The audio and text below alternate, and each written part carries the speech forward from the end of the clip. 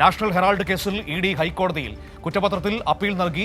കുറ്റപത്രം പരിഗണിക്കുന്നതിൽ സെഷൻസ് കോടതിക്ക് തെറ്റുപറ്റിയെന്ന് ഇഡി ചൂണ്ടിക്കാട്ടുന്നു. ദില്ലി റോസ് അവന്യൂ കോടതിയാണ് നേരത്തെ കുറ്റപത്രം തള്ളിയത്. റഷീദ് തന്നെ നൽകും. റഷീദ്, വളരെ വേഗത്തിൽ ഈ വാർത്ത കൂടി പറഞ്ഞതിന് ശേഷം റഷീദ് മടങ്ങിക്കോളൂ, കാരണം തണുപ്പേറുകയാണല്ലോ. നേരത്തെ റോസ് അവന്യൂ കോടതി ഇഡിയുടെ കുറ്റപത്രം തള്ളിയിരുന്നു. സാങ്കേതികമായി നിയമപരമായ ചില പ്രശ്നങ്ങളുണ്ട്, അതുകൊണ്ട് കുറ്റപത്രം നിൽക്കില്ല എന്നായിരുന്നു കോടതി പറഞ്ഞത്. ഇന്നിപ്പോൾ ഇഡി ദില്ലി ഹൈക്കോടതിയെ സമീപിച്ചിരിക്കുകയാണോ?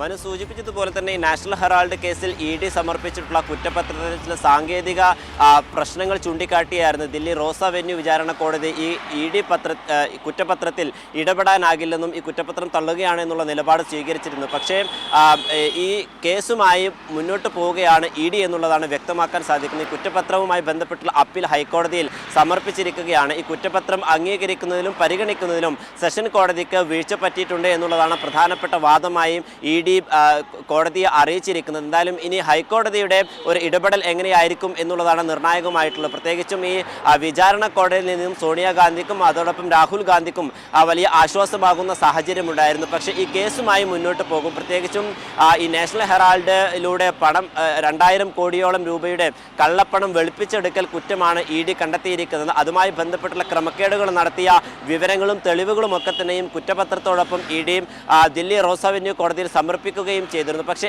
FIR രജിസ്റ്റർ ചെയ്യാത്തതുകൊണ്ട് ഈ കേസുമായി മുന്നോട്ട് പോകാനാകില്ല എന്നുള്ള ഒരു നിർദ്ദേശമായിരുന്നു റോസ് അവന്യൂ കോടതിയുടെ ഭാഗത്ത് നിന്ന് ഉണ്ടായിരുന്നത്. പക്ഷേ ഇനി FIR രജിസ്റ്റർ ചെയ്തുകൊണ്ട് മുന്നോട്ട് പോകാനുള്ളൊരു നീക്കം കൂടി ഇഡിയുടെ ഭാഗത്ത് നിന്ന് ഉണ്ടാവുന്നുണ്ട് എന്നുള്ളതാണ് ചില സൂചനകൾ ലഭ്യമാകുന്നത്. അങ്ങനെയാണെങ്കിൽ സോണിയാഗാന്ധിയും രാഹുൽ ഗാന്ധിക്കുമെതിരെ വീണ്ടും കുരുക്കുമുറുകുന്ന സാഹചര്യം ഉണ്ടാവും. പ്രത്യേകിച്ചും ഹൈക്കോടതിയിലടക്കം ഈ കുറ്റപത്രം അംഗീകരിക്കാം എന്നുള്ള നിലപാട് വരികയാണെങ്കിൽ കൂടുതൽ പ്രതിസന്ധിയിലേക്ക് രാഹുൽ ഗാന്ധിയും സോണിയാഗാന്ധിയും എത്തുമെന്നുള്ളതാണ് മനസ്സിലാക്കാൻ സാധിക്കുന്നത്. എന്തായാലും ഈ കേസുമായി മുന്നോട്ട് പോകുമെന്നുള്ളത് തന്നെയാണ് ഇപ്പോൾ ഇഡി വ്യക്തമാക്കിയിരിക്കുന്നത്. മനു.